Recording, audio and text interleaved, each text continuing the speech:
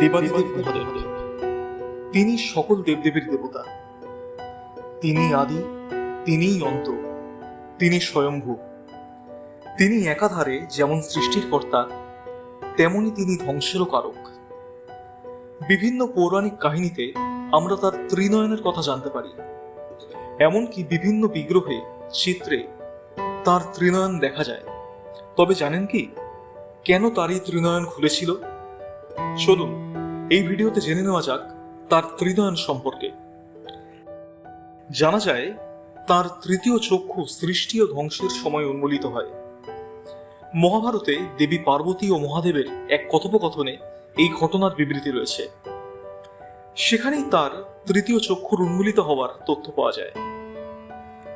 পৌরাণিক কাহিনী মতে শিবের বাম চক্ষু চন্দ্র ও ডান চক্ষু সূর্যের প্রতীক।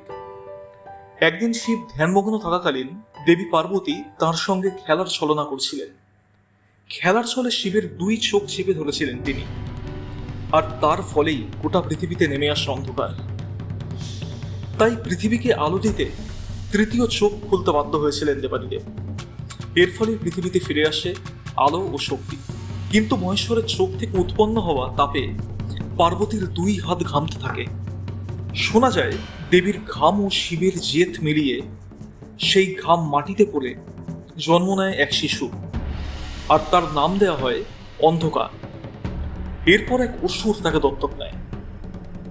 ধীরে ধীরে অন্ধকার এক শক্তিশালী অসুরে পরিণত হয়।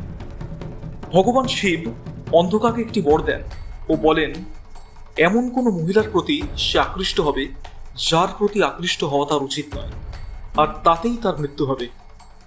কিন্তু দেবী পার্বতীর অভূতপূর্ব রূপে মুগ্ধ হয়ে তার প্রতি আকৃষ্ট হয় অন্ধকার, আর তখনই শিব তাকে মেরে ফেলেন।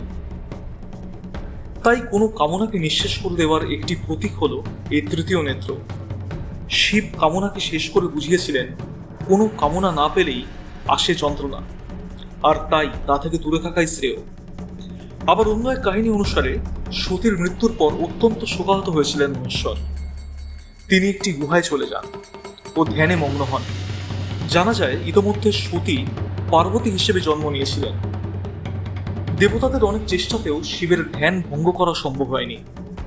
অতঃপর দেবতারা প্রেমের দেবতা কামদেবকে পাঠান দেবাদিদেবের কাছে। কামদেব ধ্যান ভাঙাতে শিবের বুকে বাণ নিক্ষেপ করায় ক্রোধে মত্ত হন দেবাদিদেব। শিব তখনই ত্রিনয়ন খুলে ভস্মীভূত করে দেন কামদেবকে। এই তৃতীয় নেত্র প্রকৃতপক্ষে জ্ঞান চক্ষু। দেবাদিদেব এই চোখ দিয়ে এই দুষ্টের দমন করেন।